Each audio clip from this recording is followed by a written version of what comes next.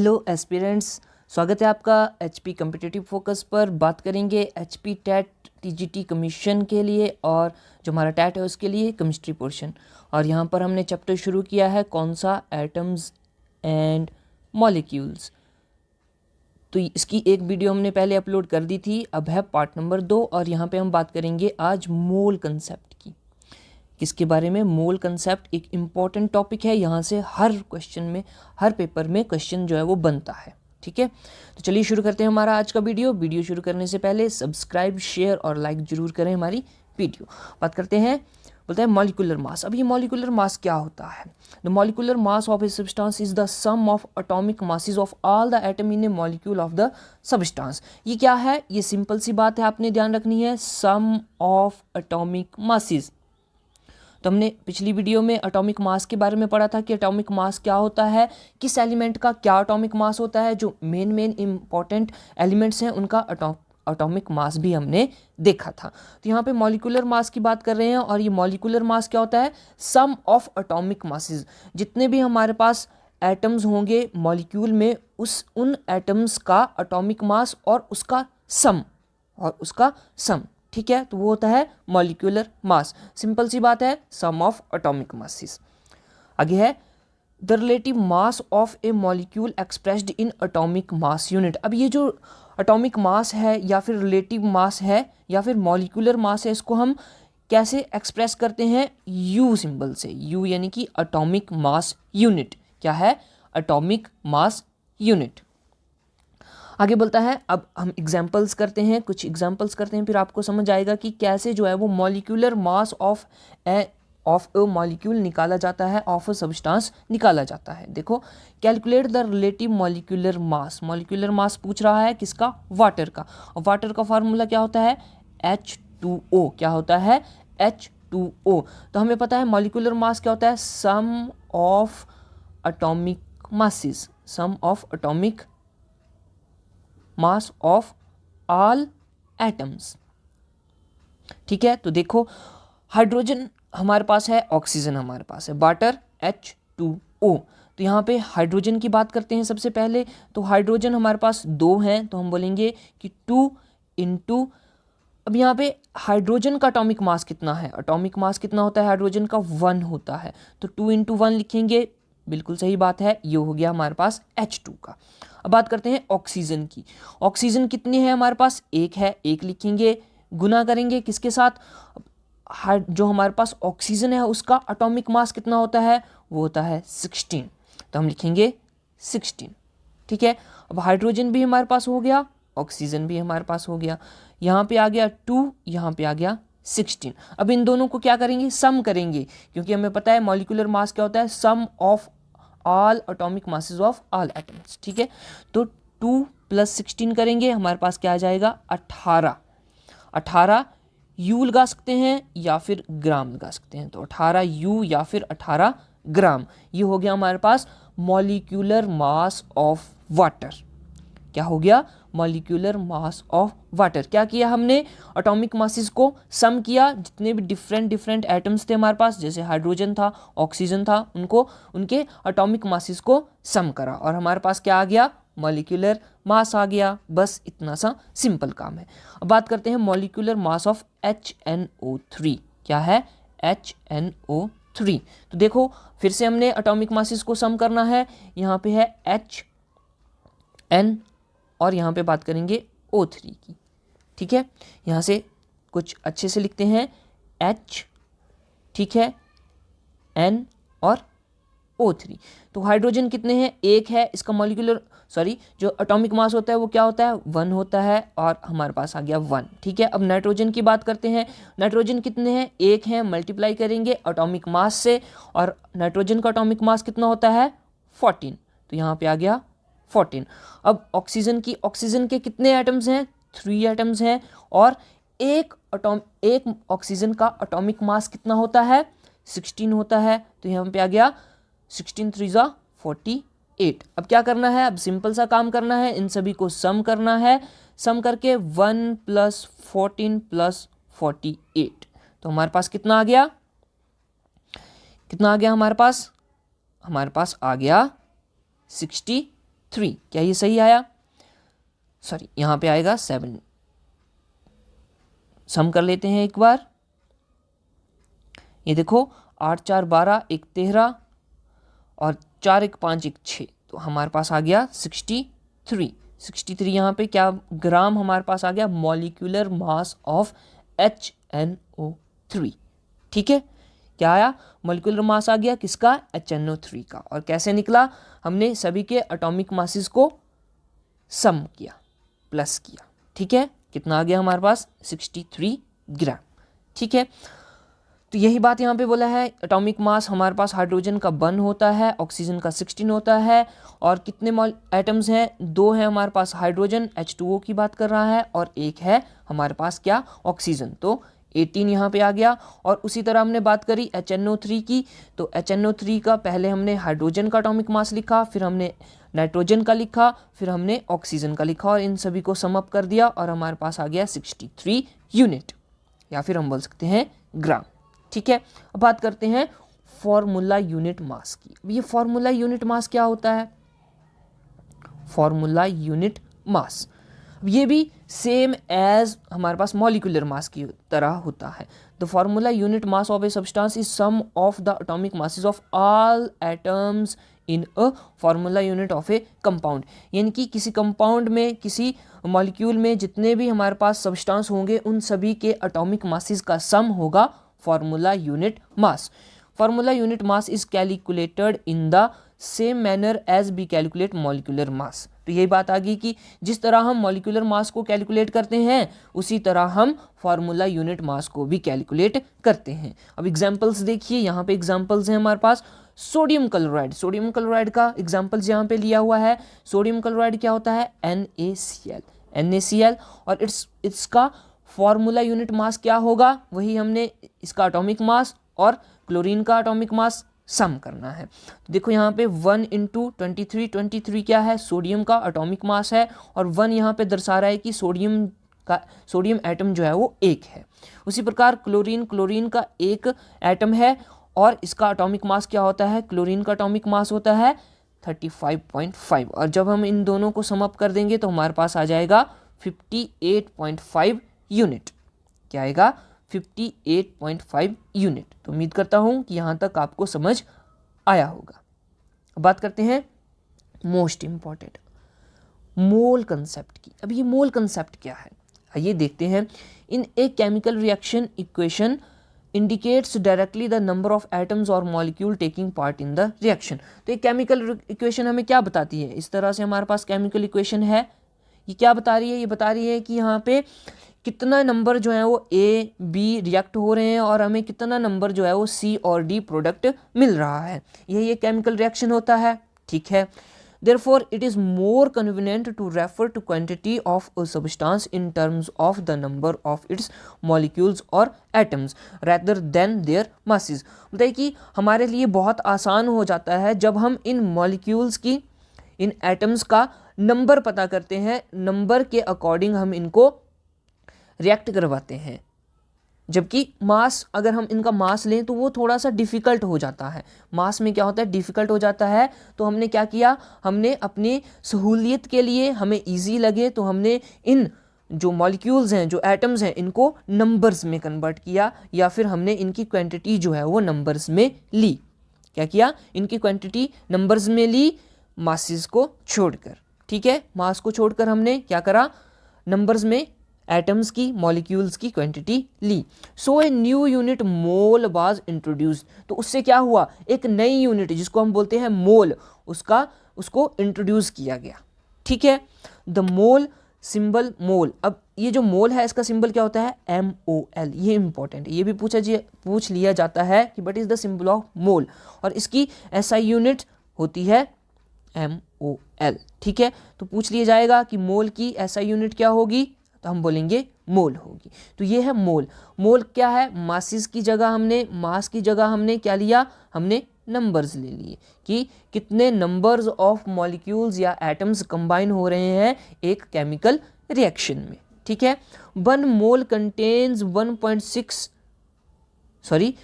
1 मोल contains 6.02214076 into 10⁻23। यहाँ पे आएगा 10⁻23 एलिमेंट्री एंटिटीज। तो 1 मोल किसके बराबर हो गया हमारे पास, ये हो गया 6.022 इंटू 10⁻23 एंटिटीज। ठीक है, और इसी को हम क्या बोलते हैं, एवोगैड्रो नंबर भी बोलते हैं। क्या बोलते हैं, Avogadro number. This number is the fixed numerical value of the Avogadro constant that is Na। तो यही वैल्यू होती है किसकी, एवोगैड्रो कांस्टेंट की, और इसी को एवोगैड्रो नंबर बोला जाता है। When expressed in the unit mole -1, जब ये मोल -1 में क्या है एक्सप्रेस किया जाता है, तब इसको बोलते हैं एवोगैड्रो नंबर। क्या बोलते हैं, एवोगैड्रो नंबर। क्वेश्चन एग्जाम में पूछा जा सकता है कि what is the value of Avogadro number. तो ध्यान में रखनी है कि एवोगैड्रो नंबर की फुल वैल्यू कितनी होती है, ये है हमारे पास। ठीक है, और अप्रोक्सीमेटली जब हम लेते हैं तो हमारे पास 6.022 इंटू 10⁻23 ये होता है एवोगैड्रो नंबर। ठीक है, 1 मोल ऑफ एनीथिंग बोलता है एक मोल, किसी भी चीज का एक मोल किसके बराबर होता है, 6.022 इंटू 10⁻23। ठीक है, तो 1 मोल किसके बराबर होगा, 6.022 इंटू 10⁻23। अब एग्जाम्पल्स लेते हैं, एग्जाम्पल देखते हैं। Atomic mass of A hydrogen, hydrogen का एटॉमिक मास होता है 1 यूनिट होता है, या फिर हम बोलेंगे 1 ग्राम होता है। ठीक है, so gram atomic mass of hydrogen. अब यहाँ पे आ गया ग्राम, तो हम यहाँ पे यू की जगह जी लगा देंगे, जी यानी कि ग्राम। 1 unit hydrogen has only 1 atom of hydrogen. एक यूनिट हाइड्रोजन के पास एक एटम ऑफ हाइड्रोजन होता है, बिल्कुल सही बात है। और 1 gram of hydrogen has 1 mole of atom, और 1 ग्राम हाइड्रोजन के पास कितना होता है, 1 मोल एटम होता है। कितना होता है, 1 मोल एटम होता है। तो हमने देखा कि 1 मोल एटम के पास कितने नंबर ऑफ हाइड्रोजन होंगे, कितने एटम ऑफ हाइड्रोजन होंगे, 6.022 इंटू 10⁻23 एटम्स। ठीक है, तो क्या हमें यहाँ से क्या पता लग रहा है कि 1 ग्राम ऑफ हाइड्रोजन किसके बराबर होता है, 1 मोल ऑफ एटम, और 1 मोल ऑफ एटम किसके बराबर होता है, 6.022 इंटू 10⁻23 एटम्स के बाद। तो ये बात आपको ध्यान में रखनी है। ठीक है, अब फिर से एग्जाम्पल हमारे पास क्या है, यही पुराना एग्जाम्पल हमारे पास आ गया, ये हमने डिस्कस कर लिया। बात करते हैं अगली। तो ये जो टेबल है हमारे पास, ये बहुत ही इंपॉर्टेंट है। ये टेबल जो है हमारे पास बहुत ही इंपॉर्टेंट है। देखो, 1 mole of carbon atom, 1 mole of carbon atoms किसके बराबर। अब आपको पता है कि कार्बन का एटॉमिक मास कितना होता है, 12 ग्राम होता है। तो 1 मोल कार्बन में क्या होगा, 12 ग्राम ऑफ कार्बन एटम होंगे। ठीक है, सही बात है। और यही 12 ग्राम कार्बन एटम किसके बराबर होंगे, 6.022 इंटू 10⁻23 एटम्स ऑफ कार्बन। इनकी यहाँ से क्या पता लग रहा है हमें कि 1 mole of carbon, 1 mole of carbon atom किसके बराबर है, हमारे पास 12 gram of carbon atom, 12 gram of carbon atom. और ये किसके बराबर है, यही बराबर है हमारे पास 6.022 इंटू 10⁻23 एटम्स ऑफ कार्बन। तो ये जो इंपॉर्टेंट बात है ये। अब हाइड्रोजन के लिए, हाइड्रोजन 1 मोल कितना होता है, 1 ग्राम। तो यहाँ पे क्या आ जाएगा, 1 mole of hydrogen atom equal to 1 gram of hydrogen atom equal to 6.022 into 10⁻23 atoms of hydrogen. ठीक है, अब यही बात है कि कोई भी होगा, चाहे ऑक्सीजन होगा, हाइड्रोजन, नाइट्रोजन, कार्बन, कोई भी एलिमेंट होगा, कोई भी मॉलिक्यूल होगा, कोई भी एटम होगा, वो किसके बराबर होगा, उसका एटॉमिक मास उस एटम का, और वही किसके बराबर होगा, 6.022 इंटू 10⁻23। ठीक है, ये बात आपको ध्यान में रखनी है। और अगर हम इसको सिंपल वे में लिखें तो हम बोलेंगे 1 मोल ऑफ मॉलिक्यूल किसके बराबर होगा, molecular mass of that molecule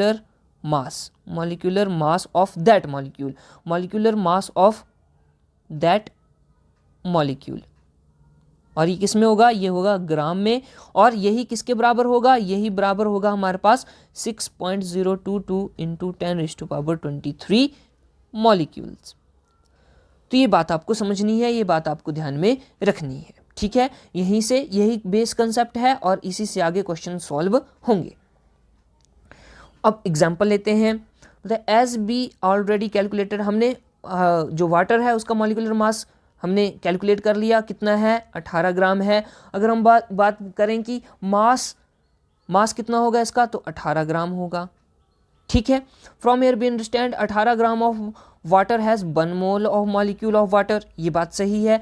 1 mole of water, 1 mole of water किसके बराबर होगा, हमने अभी देखा यहाँ पे किसके बराबर, मॉलिक्यूलर मास इन ग्राम्स। तो वाटर का मॉलिक्यूलर मास कितना होता है, 18 ग्राम, और यही किसके बराबर है, 6.022 इंटू 10⁻23 मॉलिक्यूल्स। मॉलिक्यूल्स किसके, मॉलिक्यूल्स ऑफ वाटर, क्योंकि हमने यहाँ पे क्या लिया है, वाटर लिया है, ठीक है।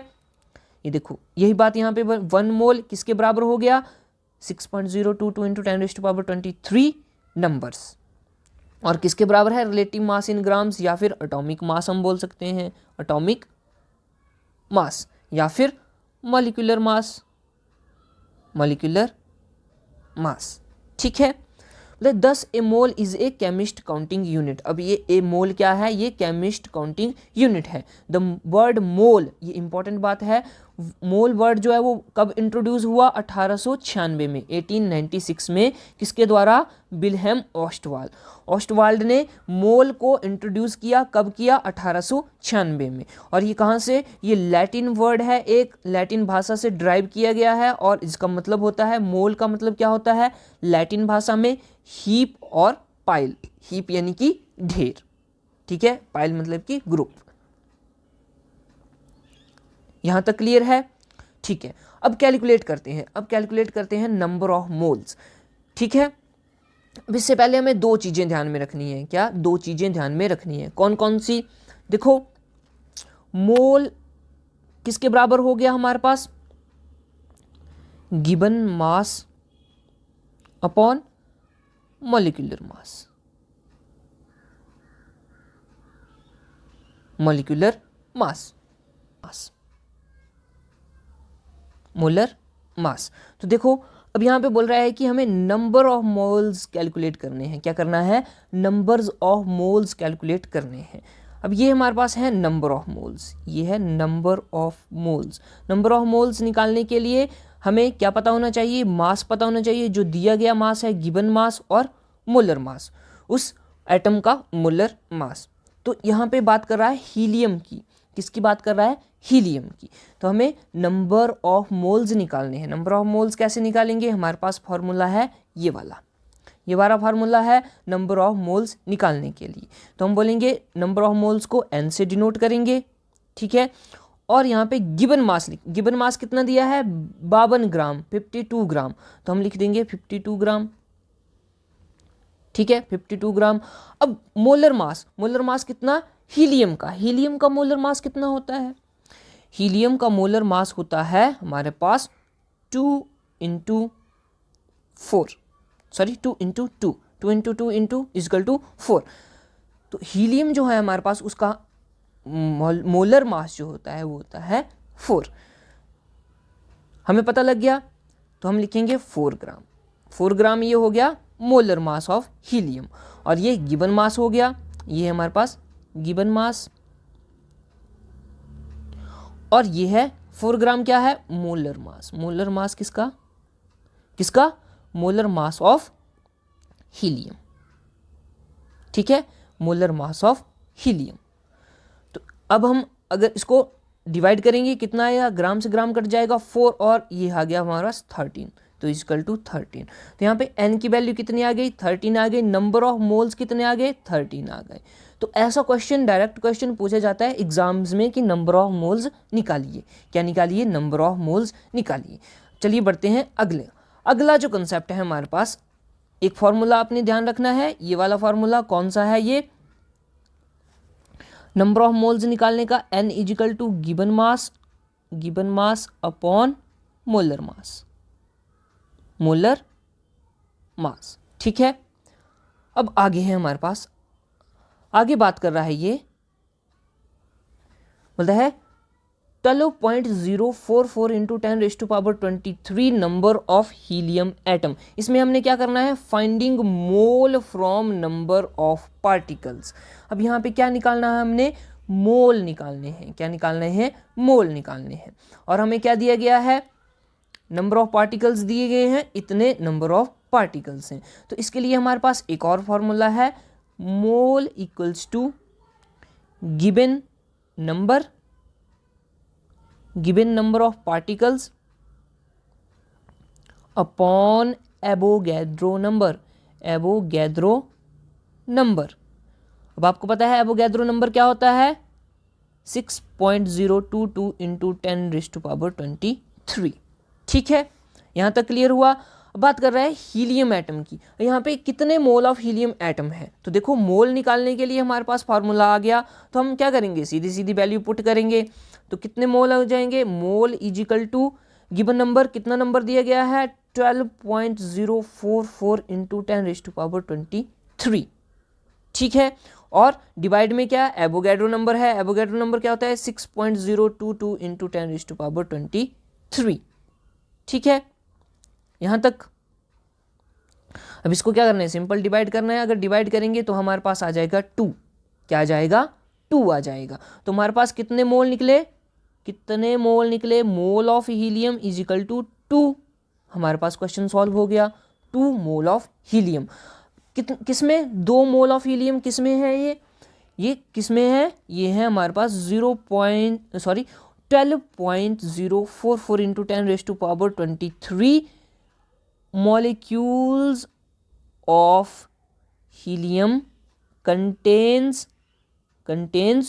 2 moles of helium, 2 moles of helium। ये बात आपको ध्यान में रखनी है।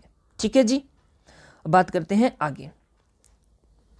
नंबर ऑफ मोल्स हमने n से डिनोट किया। ठीक है, गिवन मास को हम स्मॉल m से। तो हमारे पास एक फॉर्मूला है, फॉर्मूला लिखूंगा मैं, number of moles is equal to given mass upon molar mass, upon molar mass. अब हम एब्रीवेशन में लिखें तो n is equal to small m upon m।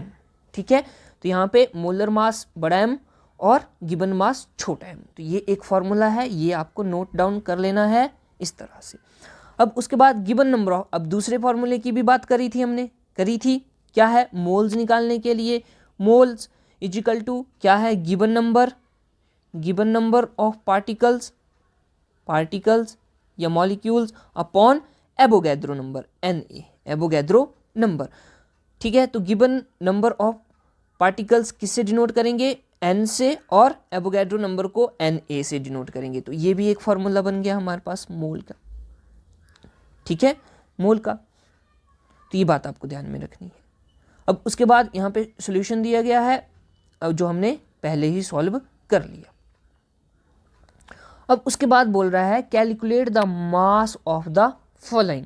हमने क्या करना है, मास कैलकुलेट करना है। क्या करना है, कैलकुलेट मास, यानी कि मोलर मास।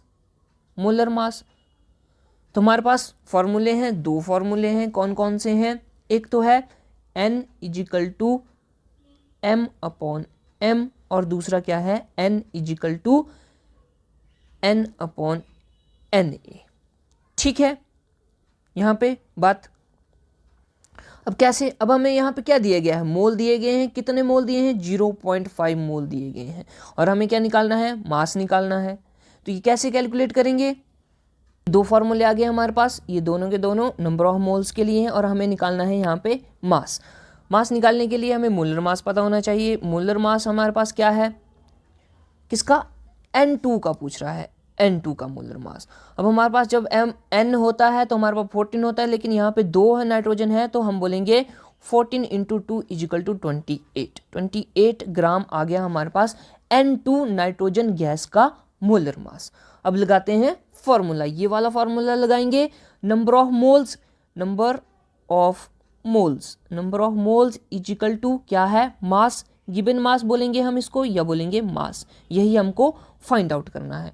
तो इसको हम फाइंड आउट करने के लिए हम इसको लिखते हैं ब्लू से, मास, ये मास हमने क्या करना है, फाइंड आउट करना है। और यहाँ पे क्या आएगा, मोलर मास आएगा, मोलर मास, ये वाला फॉर्मूला आ गया। नंबर ऑफ मोल्स कितने दिए हैं क्वेश्चन में, 0.5, हम लिखेंगे 0.5, ठीक है। अब मास हमने निकालना है, मास हमारे पास है मास, ठीक है। और मोलर मास कितना निकाला हमने, 28 ग्राम, तो यहाँ पे लिखेंगे 28, ठीक है, 28 ग्राम। अब इसको कैलकुलेट करते हैं, mass is equal to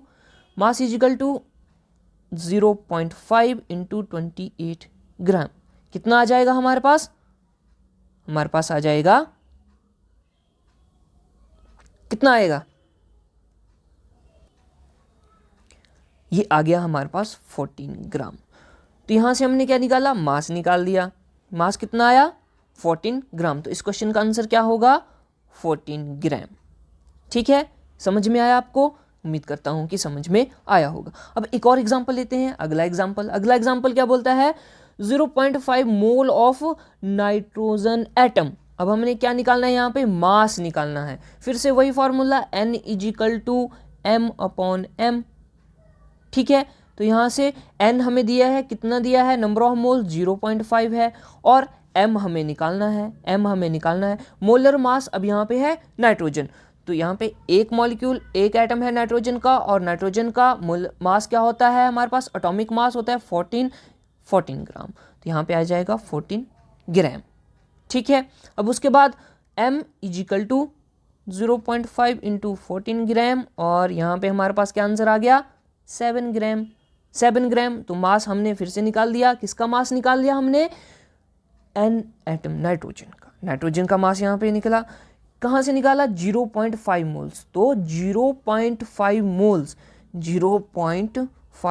mole of nitrogen atom contains 7 gram of nitrogen, 7 gram of nitrogen. यहां तक क्लियर हुआ, उम्मीद करता हूं कि आपको क्लियर हुआ होगा।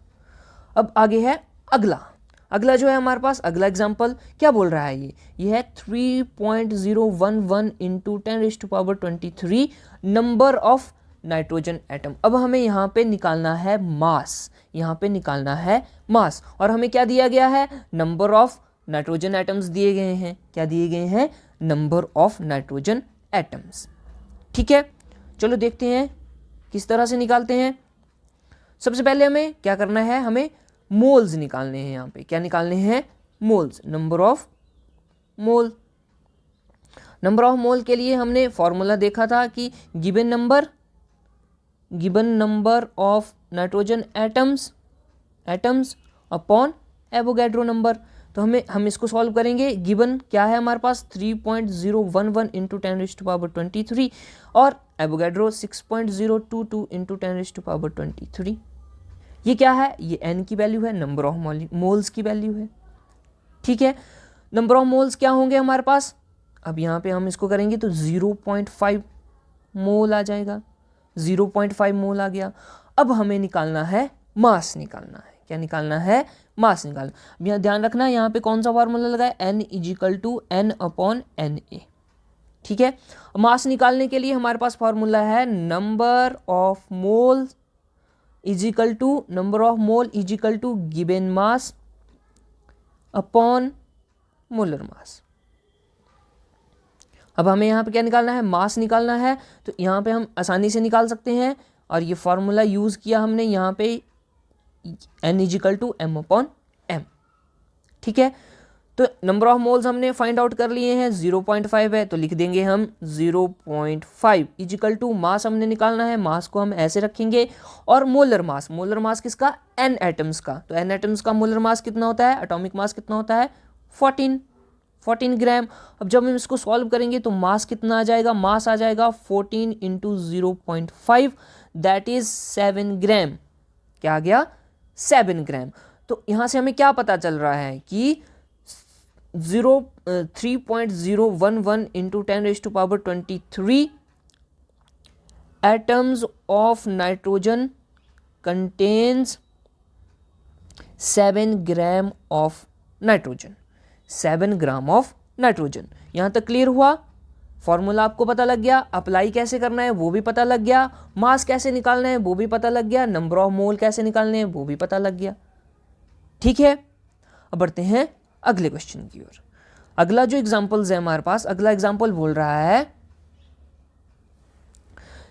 6.022 into 10 raised to power 23 number of N2 molecules. अब यहाँ पे भी हमें क्या करना है, मास निकालना है। तो मास निकालने के लिए सबसे पहले हमें पता होना चाहिए नंबर ऑफ मोल्स।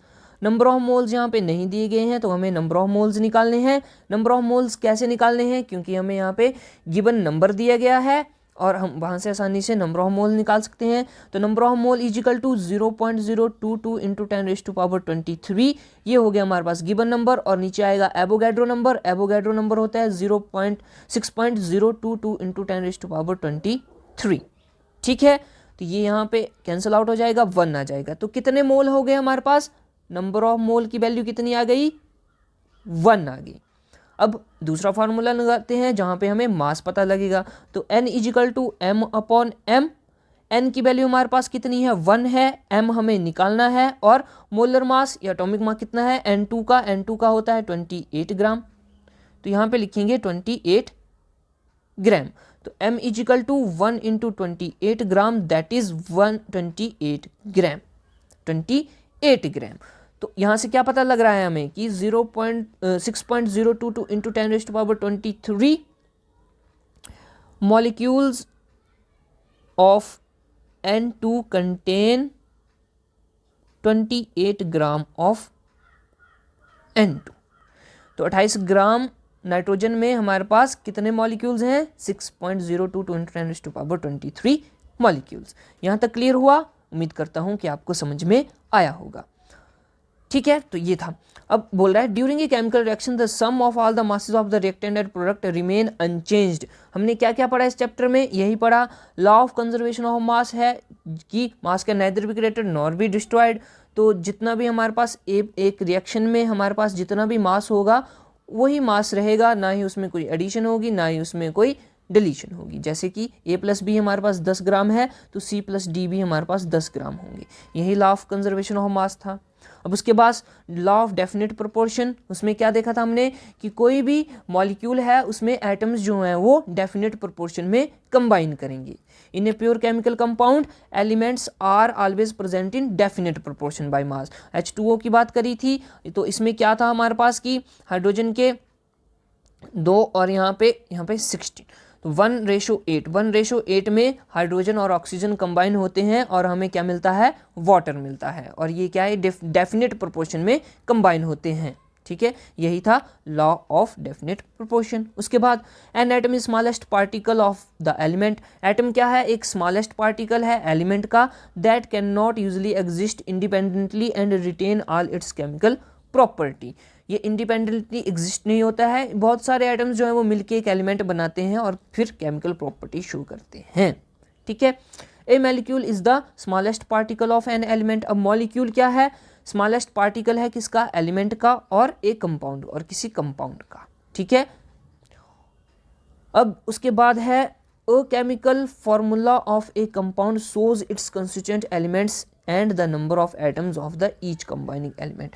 अभी केमिकल फार्मूला क्या होता है, केमिकल फार्मूला होता है जैसे वाटर है, वाटर का केमिकल फार्मूला हो गया H2O। तो इसमें क्या दर्शाया गया है, इसमें दिखाया गया है कि कितने कंस्टिट्यूएंट को मिलके, कितने एटम्स को मिलके वो कंपाउंड बना है, वो कंपाउंड बना है और कितने नंबर ऑफ एटम्स उस एटम्स के कितने नंबर्स वहाँ पे कंबाइन हुए हैं। जैसे यहाँ पे हाइड्रोजन के 2 और ऑक्सीजन जो है वो 1, तो इस तरह से कंबाइन होके हमारे पास वाटर बन रहा है। ठीक है, भाग है cluster of atoms that act as an ion are called polyatomic ion, they carry a fixed charge on them. तो हमें पता है कि जो एलिमेंट्स हैं हमारे पास वो वहाँ पे नेगेटिव पॉजिटिव चार्ज होता है। जो हमारे पास मेटल्स नॉन मेटल्स हैं नेगेटिव पॉजिटिव, और उनको चार्ज बोलते हैं, उनको आयन्स बोलते हैं। प्लस को हम क्या बोलते हैं, कैटाइन बोलते हैं, और नेगेटिव चार्ज को एनाइन बोलते हैं। ठीक है। The chemical formula of A molecular compound is determined by the valency of each element.